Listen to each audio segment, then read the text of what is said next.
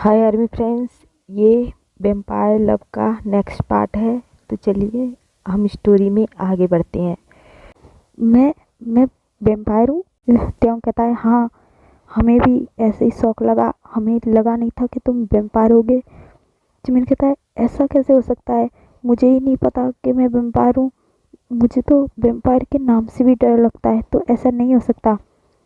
तुम सब मेरे साथ मजाक कर रहे हो ना, मुझे झूठ बोल रहे हो।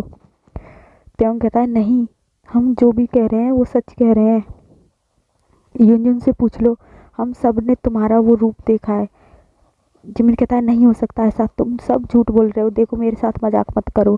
जिमिन घबराने लगता है और उठ के खड़ा हो जाता है और कहता है नहीं, तुम लोग फिर से मेरे साथ कोई मजाक कर रहे हो। त्योंग उसे समझाने के लिए उसके पास आने लगता है।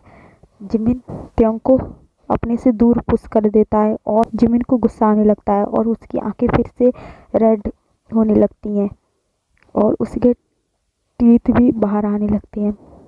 सब शॉक हो जाते हैं और जिमिन की तरफ देखते हैं और जिमिन से कहते हैं देखो जिमिन, तुम शांत हो जाओ, देखो तुम गुस्सा करने की वजह से तुम्हारी आंखें फिर से रेड हो रही हैं, फिर से तुम वैम्पायर में कन्वर्ट हो रहे हो।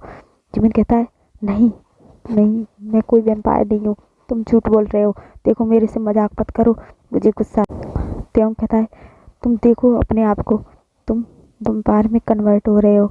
जिमिन फिर मिरर में जाके खुद को देखता है तो सच में उसकी आंखें रेड होने लगी थी और उसके टीथ जो कि थोड़े थोड़े बाहर आ रहे थे।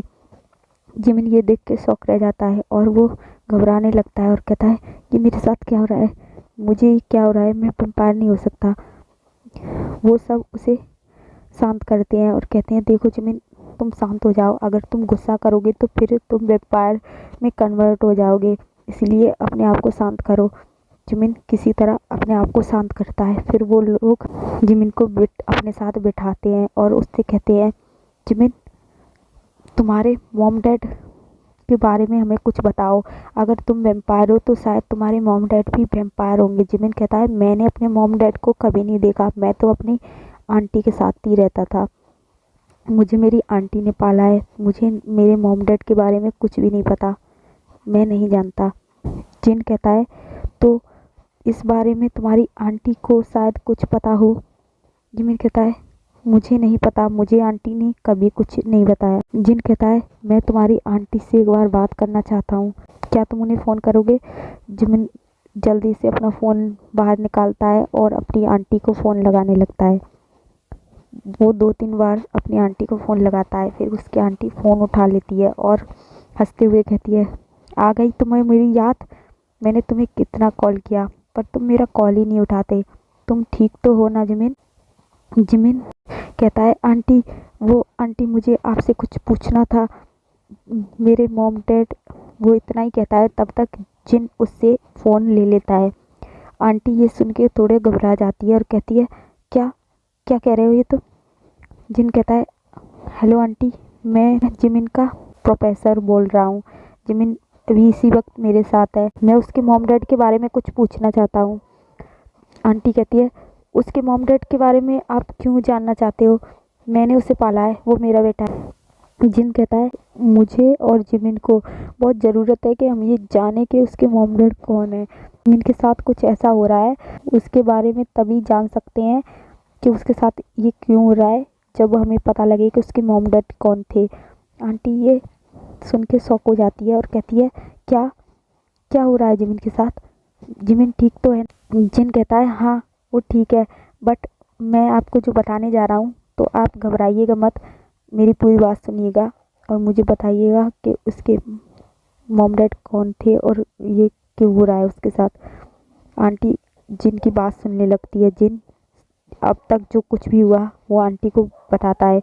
आंटी शॉक हो जाती है और कहती है मुझे नहीं पता ये जिमिन के साथ क्या हो रहा है, मैं जिमिन के मॉम डैड को नहीं जानती।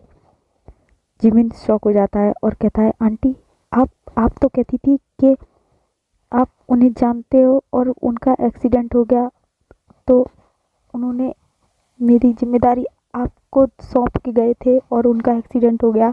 जिमिन की आंटी कहती है सॉरी बेटा, मैंने तुमसे झूठ बोला, क्योंकि मैं तुम्हें खोना नहीं चाहती थी। मुझे नहीं पता कि तुम्हारे मॉम डैड जिंदा हैं या नहीं। मुझे तो मैं अपनी शॉप से काम ख़त्म करके घर लौट रही थी, तो मुझे सड़क के किनारे मुझे तुम एक टोकरी में मिले, और मैंने तुम्हारे मॉम डैड को बहुत ढूंढा पर मुझे वहाँ कोई नहीं मिला, तो मैं इसलिए तुम्हें अपने साथ ले आई। उस टोकरी में तुम्हारे साथ एक बॉक्स भी था, जो कि मेरे पास अभी भी है। मैंने उसे अभी तक खोल के नहीं देखा, मैंने सोचा था कि इसे तुम ही खोलो तो अच्छा होगा। जिमिन ये सुन के शॉक हो जाता है और रोने लगता है। आंटी, क्या मेरे मॉम डैड जिंदा हैं? आंटी कहती है, मुझे नहीं पता कि तुम्हारे मॉम डैड जिंदा हैं या नहीं, और उन्होंने तुम्हें उस सड़क पे क्यों छोड़ा, इसके बारे में मैं कुछ नहीं जानती। शायद उस बॉक्स में इसके बारे में कुछ पता लगे। मैं वो बॉक्स तुम्हारे पास भेज भेज देती हूँ, तुम खुद उसे देख लेना उसमें क्या है। जिमिन की आंटी कहती है, बेटा, पर क्या तुम मुझे अब छोड़ दोगे, मुझे भूल जाओगे? जिमिन कहता है, आप ऐसा क्यों कह रहे हो? जिमिन की आंटी कहती है, इसीलिए मैं तुम्हें बताना नहीं चाहती थी तुम्हारे मॉम डैड के बारे में। मुझे यही डर था कि कहीं तुम मुझे ना भूल जाओ। मैंने तुम्हें बचपन से पाला है अपना बेटा समझ के। अब तुम क्या कभी मुझसे मिलने नहीं आओगे? जिमिन कहता है, आप ऐसा सोच भी कैसे सकती हो? आपने मुझे पाला है, मैंने अपने मॉम डैड को कभी नहीं देखा, और शायद वो इस दुनिया में है या नहीं मुझे ये भी नहीं पता। मैंने तो बस आपको ही अपनी मॉम समझा है और हमेशा आपको ही समझूंगा। तो आप इस बात की फिक्र मत करो कि मैं आपको कभी छोड़ूंगा या भूलूंगा। जिमिन की आंटी उससे बाय करती है और फिर वो कॉल कट कर देते हैं। सब ये सुन के शॉक थे और कहते हैं, जिन कहता है, अब जिमिन, अब हमें तुम्हारे बारे में कुछ पता लग सकता है तो उस बॉक्स से ही लग सकता है। उस बॉक्स में शायद कुछ ऐसा हो जिसके जरिए हमें तुम्हारे मॉम डैड का पता लगे या तुम्हारे बारे में कुछ पता लगे। अब सब लोग बस ये सोच रहे थे कि उस बॉक्स में ऐसा क्या है। वो बॉक्स का इंतज़ार करने लगते हैं।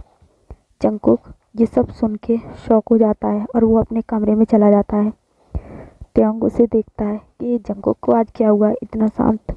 वैसे तो वो सोचता है शायद जंगकुक उस किस के बारे में सोच के एम्बेरस हो गया है और वो इसीलिए कहीं खो सा गया है। जंगकुक अपने कमरे में जाता है और कहता है, नहीं, ऐसा नहीं हो सकता, ऐसा कैसे हो सकता है? वो तो नहीं, मैं गलत सोच रहा हूँ, ऐसा नहीं हो सकता। मैंने खुद अपनी आंखों से देखा था, बट वो कुछ ऐसी बातें बोल रहा था, कुछ समझ नहीं आ रहा था कि जो वो सोच रहा है वो सच है या नहीं।